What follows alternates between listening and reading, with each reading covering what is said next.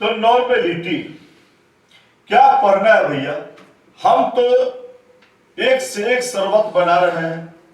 शरबत कितना नमकीन हो, उस नमकीन को हम देखना चाहते हैं कि क्या नमकीनी है शरबत की। उस नमकीनी को पढ़ना हम चाहते हैं कि शरबत को हम कैसे नमकीन बना देते हैं, और उसकी नमकीन में क्या खासियत है, उस नमकीन को देखना चाहते हैं।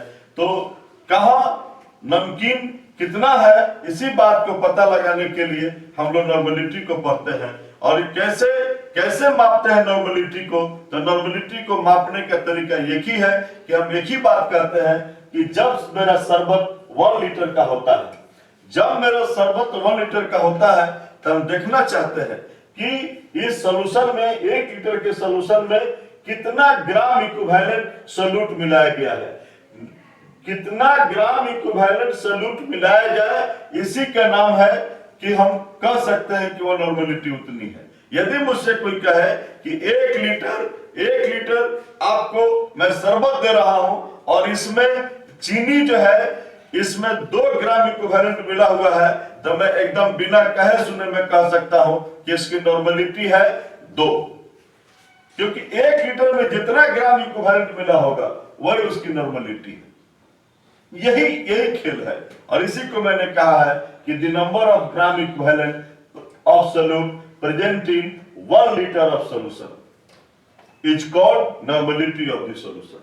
और इसी को हम सूत्र के रूप में लेके चल रहा है, और इसी से मैंने सूत्र बनाया है, और मैंने सीधे कहा है कि normality is equal to volume of solution in litre लिया है, और number of gram equivalent of solute, number of gram equivalent of solute by volume of solution in litre.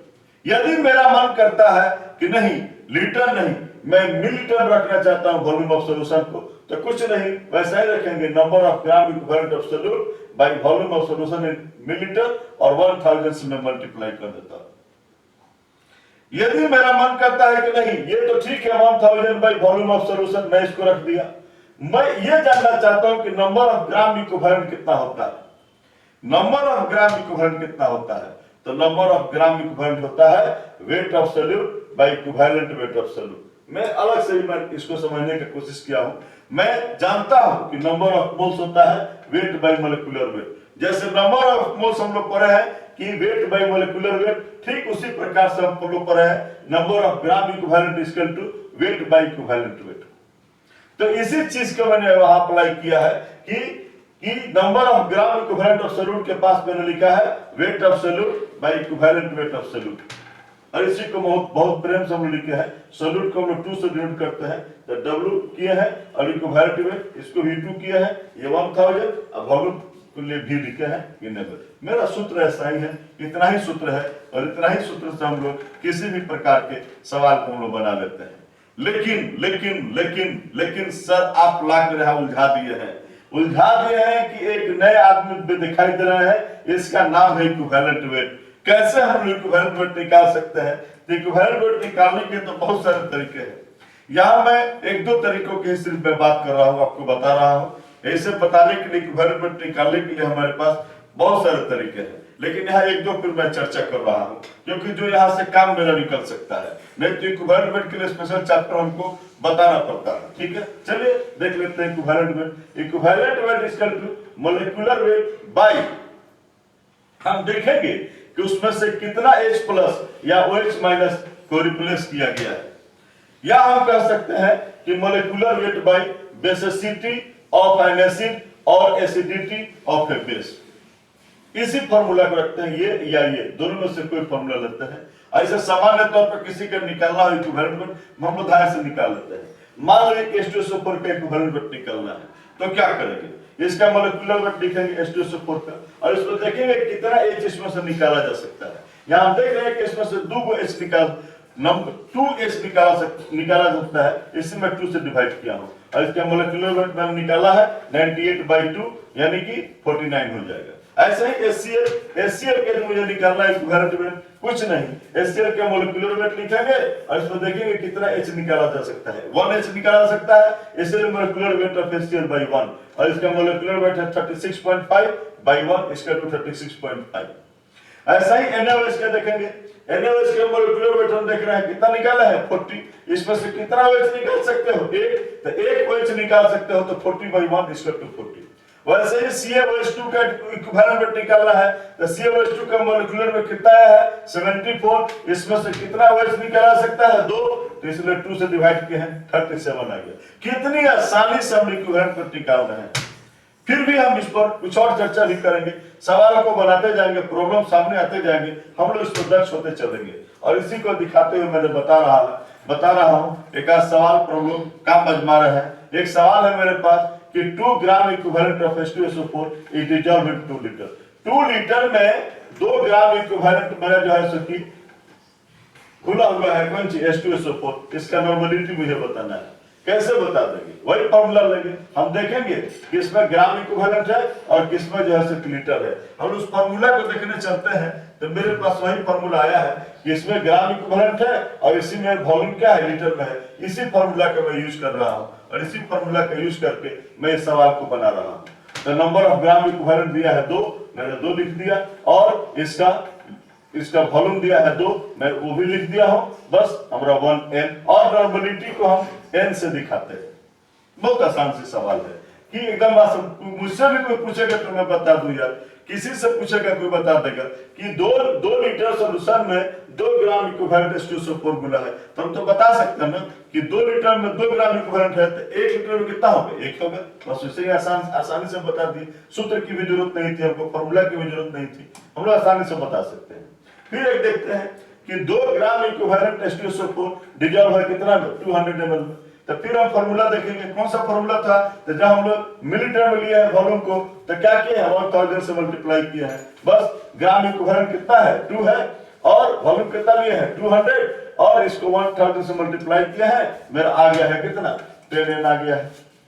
ठीक है, एकदम आसानी से। फिर ऐसा ही फिर हम लोग देख रहे हैं, एक हमारे पास ये भी है क्वेश्चन कि 4.9 ग्राम H2SO4 डिसॉल्व है 200 ml में। बस फॉर्मूला लगाएंगे, हम जब वेट यहां देख रहे हैं तो वेट वाला फॉर्मूला लगाएंगे। कौन सा फॉर्मूला W2/E2 into 1000/V। बस W2 मुझे मालूम है कितना है 4.9 है और अभी मैंने H2SO4 का आपको निकाल के दिखाया है कि H2SO4 का इक्विवेलेंट वेट होता है 49। अभी इसके पहले मैंने निकाल के दिखाया है कि H2SO4 का इक्विवेलेंट वेट कितना होता है, तो H2SO4 का इक्विवेलेंट वेट 49 होता है। बस इसका इस्तेमाल मैंने किया है वहां पर और हमने देख लिया है कि ये वेट दिया है 4.9, इक्विवेलेंट वेट 49 और 1000/V और वॉल्यूम कितना है 200। बस हम इसको सोल्व कर लेंगे, मेरा काम हो जाएगा। देखिए यहां से करते हैं 3 × 10 कर दी 1 2 3 1 2 3, ये 49 से 49 गया, कितना हुआ 1n हो गया। एकदम आसानी से हम लोग नहीं 1/2, बस 1/2n 1/2n = 0.5 है। ये हो गया मेरा, आसानी से आंसर हम दे सकते हैं। तो इस तरह के सवाल हमको मिलेंगे, हम लोग आसानी से इसको हम सोल्व करेंगे। ये देखिए ये क्वेश्चन मेरे सामने है कि एक डाइबेसिक एसिड का मतलब मुझे समझ में आ रहा है कि मुझे जब इक्विवेलेंट वेट निकालना होगा तो 2 से भाग देना होगा मोलिकुलर वेट में। बस इसी का डाइबेसिक कहने का मतलब डाई माने 2, यानी कि हम लोग मोलिकुलर वेट में 2 से भाग देंगे, इक्विवेलेंट वेट इस एसिड का मिल जाएगा। तो बस नॉर्मलिटी का फॉर्मूला लिखते हैं W2/E2। हमको मालूम है नॉर्मलिटी दिया है, कितना दिया है नॉर्मलिटी दिया है, इसका ब्रैकेट में दिया है 0.1। हम नॉर्मलिटी का वैल्यू रखे हैं, W2 मुझे निकालना है और E2 हम लोग जान गए कितना होगा molecular weight by 2। Molecular weight कितना है, मोलिकुलर वेट 200 है और इसको 2 से भाग देंगे, आपको इक्विवेलेंट वेट निकल जाएगा। किसी भी डाई बेसिक का इक्विवेलेंट वेट निकालने के लिए डाई लिखा है तो 2 से भाग देंगे, ट्राई लिखा है तो 3 से भाग देंगे। यही बात है, ट्राई बेसिक के लिए 3, डाई बेसिक के लिए 2।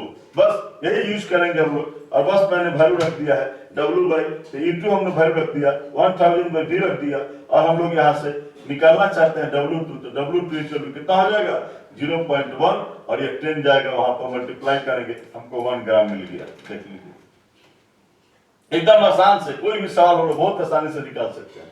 एक क्वेश्चन यहाँ है मेरे पास कि the number of gram equivalent present in 60 ml of 4n solution is. हमको वॉल्यूम दिया है और इसका नॉर्मलिटी दिया है। ठीक है, तो वॉल्यूम दिया है तो वॉल्यूम के यूज हम लोग करेंगे, फॉर्मूला रखेंगे number of gram equal volume of solution in ml, तो 1000 किया है। देखिए तो नॉर्मलिटी 4 है, नंबर ऑफ ग्राम इक्विवेलेंट निकालना है, वॉल्यूम 60 दिया है, 1000 से मल्टीप्लाई किया है तो नंबर ऑफ ग्राम इक्विवेलेंट कितना हो जाएगा, तो 4 × 60 बाई 1000, बस कर लिया हम लोग निकाल लिए हैं, इतना नंबर ऑफ ग्राम इक्विवेलेंट को लिया है। एकदम देखिए कितनी आसानी से हम लोग काम कर रहे हैं। फिर हम लोग के सामने है एक क्वेश्चन ये भी है कि what is the strength in gram per litre of 0.3 NaCl। बच्चे देखते हैं बहुत भयभीत होते हैं, लेकिन हमारे पास बहुत ही तगड़ा जवाब है और बहुत ही आसान शब्दों में हम लोग काम करते हैं। बड़े बड़े बहुंडल लोग बांधते हैं, पढ़ाई ये है वो है ऐसे है वैसे है, और हम लोग बहुत आसानी से सीख लेते हैं। देखिए कितनी आसानी से मैंने फॉर्मूला लिखा। नॉर्मलिटी मुझे मालूम है, हम जानते हैं कि यदि इसको हम लीटर में लेंगे, यदि इसको लीटर में तो 1000 से गुना करने की जरूरत ही नहीं है। यदि लीटर में वॉल्यूम लिखो तो 1000 से गुना करने की जरूरत नहीं है। और नॉर्मलिटी का वैल्यू दिया है 0.3, देख लेते हैं।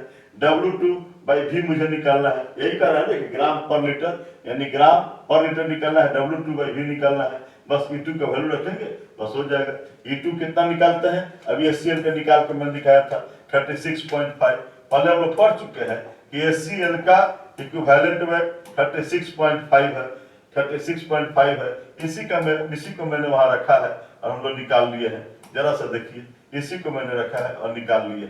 चलिए तो 0.3 × 36.5 मल्टीप्लाई किए, मुझे आ गया है ग्राम पर लीटर। डरेंगे नहीं, लड़ेंगे और खूब प्रेम से सीखेंगे और हम लोग सब जान जाएंगे। अब मेरी कहानी चलती है कि एक तरफ मिठास है, एक तरफ नमकीन है, इन दोनों के बीच का रिलेशन मुझे देखना है। बात समझ गए होंगे आप कि मैं क्या कहना चाहता हूं। मैं कहना चाहता हूं कि मोलरिटी और नॉर्मलिटी में क्या संबंध है। मोलरिटी किसको कहते हैं, मोलरिटी कहते हैं कि 1 लीटर सोल्यूशन में सोल्यूट का कितना नंबर ऑफ मोल है। और नॉर्मलिटी किसको कह रहे हैं, नॉर्मलिटी कह रहे हैं कि 1 लीटर सोल्यूशन में कितना number of gram equivalent of solute है। बस एक तरफ मोल है और एक तरफ ग्राम इक्विवेलेंट है, यही दोनों के बीच की लड़ाई है और उसी का मैंने फायदा लिया है। फॉर्मूला लिखा है दोनों का और हमने निकाल लिया है कि normality is equal to molarity into basicity. देख लीजिए इनका मैंने रिलेशन बता दिया कि normality is equal to molarity into basicity, एकदम जान गए। और हम इसके बाद काम करेंगे दनादन। नॉर्मलिटी इतना दिया है सल्फ्यूरिक एसिड का, M का मतलब मोलरिटी होता है, आपसे नॉर्मलिटी पूछ रहा है। और सल्फ्यूरिक एसिड का मतलब क्या होता है, उसकी बेसिसिटी कितनी होती है, तो चूंकि सर इसमें H 2 है, H की संख्या 2 है, इसलिए इसकी बेसिसिटी होगी 2, तो 2 × 2 यानी कि 4 है। एकदम आसान से देखेंगे क्वेश्चन, ठोकेंगे क्वेश्चन, ठीक है। देख लीजिए, फिर हम आपको क्वेश्चन दिखाते हैं कि नॉर्मलिटी ऑफ 0.3 M(H2SO4), ठीक है। इसको देखेंगे कि नॉर्मलिटी ऑफ 0.3 M(H3PO4) सॉल्यूशन, बस वही काम करेंगे। फॉर्मूला है normality is equal to molarity into basicity. तो H3PO4 में से कितना OH निकाल सकते हो, तो मैं इसीलिए स्ट्रक्चर दिखा दे। H3PO4 का स्ट्रक्चर देखो, इसमें 3 OH है, इसलिए 3, इसकी बेसिसिटी 3 हो जाएगी, तो 0.3 × 3 यानी 0.9 है। एकदम आसान से हम लोग इसको बता सकते हैं। 3 OH केवल के पास लगा हुआ है, हम लोग निकाल सकते हैं, ठीक है ना। इसीलिए इसकी बेसिसिटी कितने होगी 3, 0.3 × 3 हम लोग कर लेंगे, वो भी निकल जाएगा। देखिए यहाँ से और कुछ झमेले हैं H3PO4 के साथ, बहुत लड़के कंफ्यूज करते हैं कहीं कहीं, इसीलिए झमेले को हिसाब हमेशा के लिए मैंने खत्म कर दिया है। देखिए अगर केस ऐसा हो कि इसमें से एक ही H निकल रहा है, 3 H है H3PO4 के पास, लेकिन एक ही H निकल रहा है इस खेल में, तो हम इसका निकालते हैं जब इक्विवेलेंट वेट, तो 1 से ही डिवाइड करते हैं।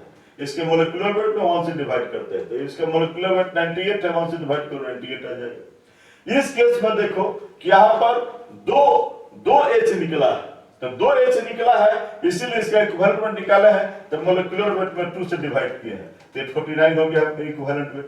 इस केस में देख रहे हैं आप कि इसमें 3 H निकला हुआ है, तो 3 H निकलने का मतलब 3 H था इसके पास और 3 का तीनों H निकल गया है, तो हम इसको मोलिकुलर वेट में 3 से डिवाइड किए हैं और हमको 32.66 इसका इक्विवेलेंट वेट मिल गया है। तो अब कभी घबराइएगा नहीं, H3PO4 देखकर डरिएगा नहीं। H3PO4 की जो है इक्विवेलेंट वेट 32.66 होता है, यानी उसको मोलिकुलर रूप में 3 से भाग देते हैं। क्यों देते हैं? तो इसमें 3 गो H दिखाई देता है।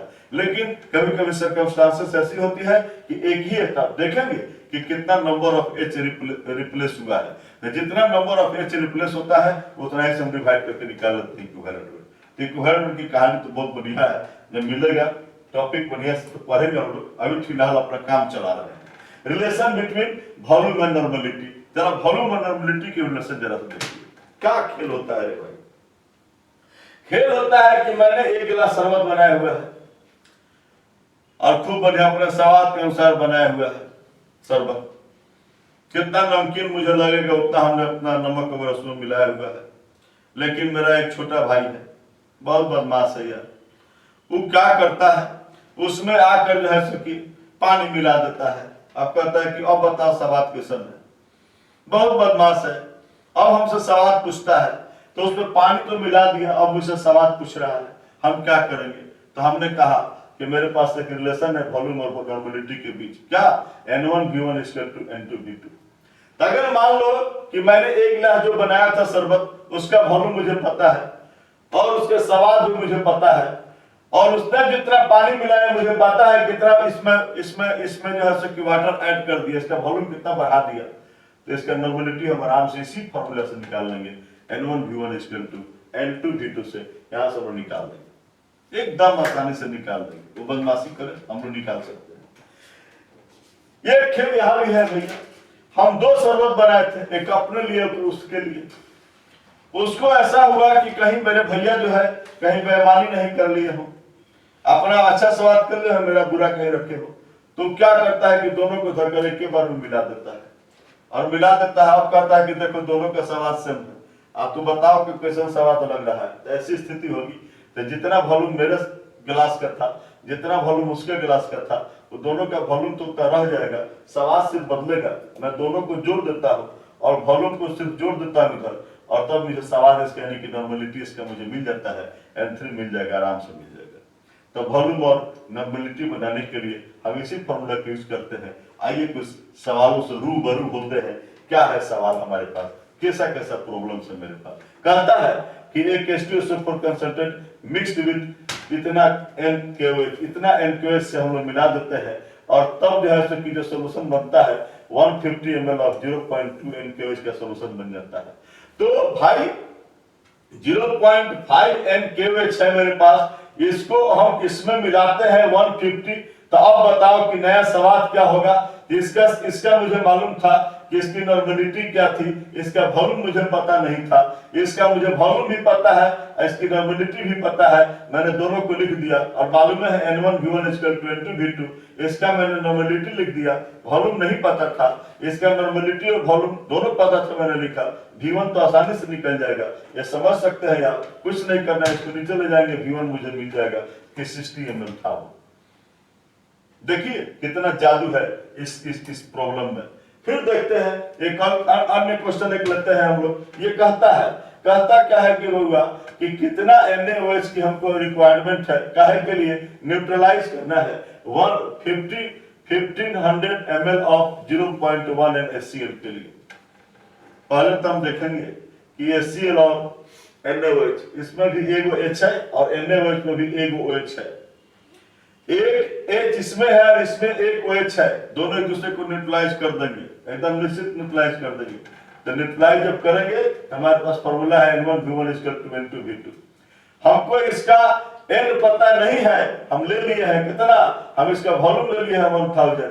इसका वॉल्यूम भी मैंने ले लिया है जो क्वेश्चन में दिया है, इसकी नॉर्मलिटी ले लिया है, तो इसका नॉर्मलिटी मुझे मिल गया है। जब नॉर्मलिटी मिल गया तो मुझे मालूम है नॉर्मलिटी का मतलब क्या होता है। नॉर्मलिटी का मतलब होता है W2/A2 × 1000/VmL, और हमको यही W2 निकालना है। नॉर्मलिटी तो मुझे मिल गया है 0.15 और इसका इक्विवेलेंट मुझे मालूम है 40 होता है, और 1000 और 1000 कटिए गया, ठीक है। तो हमको मिल गया W2 = 0.15 × 40 यानी कि 6 ग्राम। एकदम आसानी से निकाल लेते हैं सवालों को, कहीं कुछ लावा लपेट नहीं है। जो मैंने कहा कि N1V1 = N2V2, बस इसी को अप्लाई किया है, मैंने काम कर लिया है। जब नॉर्मलिटी मिल गया तो नॉर्मलिटी जब मिल जाएगा तो हम आसानी से उसका क्या निकाल सकते हैं, उसका वेट निकाल सकते हैं। क्योंकि normality is equal to W2/A2। इतना पर भी काम करते तो मेरा काम हो जाता। खैर ये आसानी से हम लोग काम कर लिए। फिर एक हमारे पास प्रॉब्लम है कि the volume of water to be added to 0.5 NaCl। इतना NaCl में जो वॉल्यूम हम डाल रहे हैं तो हमको इतना सेंटीमीटर ऑफ 0.1 NaCl हमको मिल रहा है, तो कितना इसका वॉल्यूम होगा भाई वाटर का? तो वही तो कर रहे हैं कि N1V1 = N2V2। इसका मुझे n मालूम था, मैं लिख दिया 0.5। V1 नहीं पता था, मैंने लिखा। इसका मुझे पता है कि इसका V कितना है, इसका n कितना है, मैंने लिख दिया और बस V1 में निकाल एकदम आसानी से। वही चीज चल रहा है, कहीं कुछ नहीं है, एकदम आसानी से हम लोग काम कर रहे हैं। फिर हमारे पास एक प्रॉब्लम है कि 10 ml ऑफ कंसंट्रेटेड, इतना H2SO4 है, 18 m का है, इसको डाइल्यूट करना है टू 1 लीटर, तब इसका जो है कि इसका हमको स्ट्रेंथ बताना है, तो हम स्ट्रेंथ बता सकते हैं। मुझे पता है N1V1 = N2V2 और N1 मुझे निकालना है, और N2 का मतलब है कि H2SO4 दिया है 18 m दिया है, तो मोलरिटी में दिया है। मोलरिटी को नॉर्मलिटी में कैसे चेंज करते हैं, तो हमने आपको बताया कि नॉर्मलिटी बराबर होता है मोलरिटी इनटू, हम देखेंगे इसकी बेसिसिटी क्या है, और बेसिसिटी के H2SO4 की बेसिसिटी 2 है और इसकी मोलरिटी 18 है, तो निश्चित रूप से इसी बात को मैंने लिखा है 2 × 18 लिख दिया। यहाँ पर 2m के बदला मैंने 2 × 18 लिख दिया। बाकी तो कुछ किया नहीं है, वही N1V1 = N2V2 लिखे हैं, बस 2m के जगह पर m की जगह पर 18 और 2m हो गया है, बस मैंने लिख दिया है, और N1 मुझे आसानी से मिल गया है 0.36 n। एकदम आसानी से हम लोग काम करते चल रहे हैं, और इस तरह से हम लोग देख रहे हैं कितनी आसानी से हम लोग नॉर्मलिटी जैसे टॉपिक को बहुत आसानी से हम लोग देख लिए। फिर मिलते हैं अगले टॉपिक में। Thank you.